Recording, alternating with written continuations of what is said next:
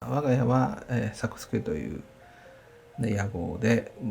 だいたい200年近くになるのかな、この赤津のところで、土地で、窯の火を灯し続けてるわけなんですけど、こ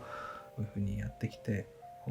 自分なりに、そして、代々の窯元の技術を元にして、その今の形を作っていけるようにしています。瀬戸は大きな鉱山、土の鉱山があって、そこから直接原土を、組合の方から買ってきて、自分の家で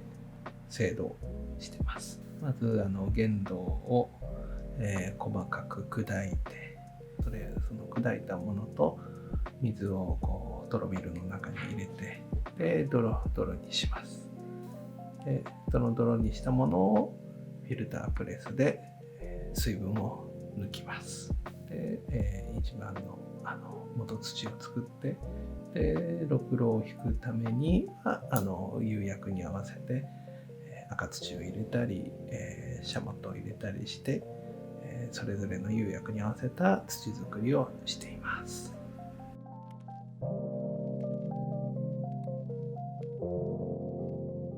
釉薬も自分のところで調合してるわけですけど、冬場に薪ストーブを焚いて灰を作るところから始めています。でそこで取った灰を、ふるいにかけて、で精製をして、で釉薬の一部で照合する元にしています。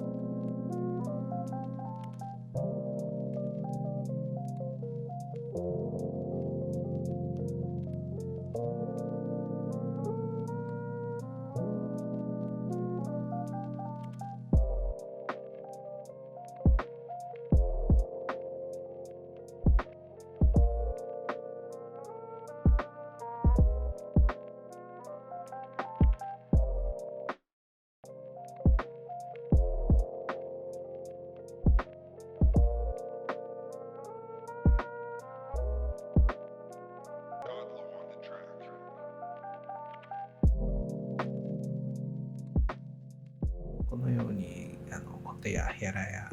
道具があるわけですけど、昔からろくろの道具とかは自分で作るわけですね。こうコッパをもらってきて、で、自分で削って作ります。こうやって自分の作ることによって自分の形というものが自然にできてくるようになるわけです。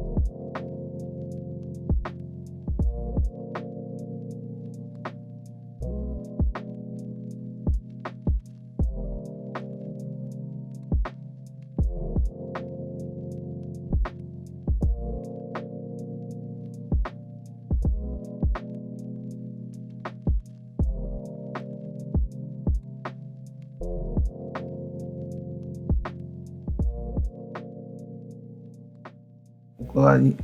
本の独特な部分だと思うんですけど、やっぱり使っていくうちに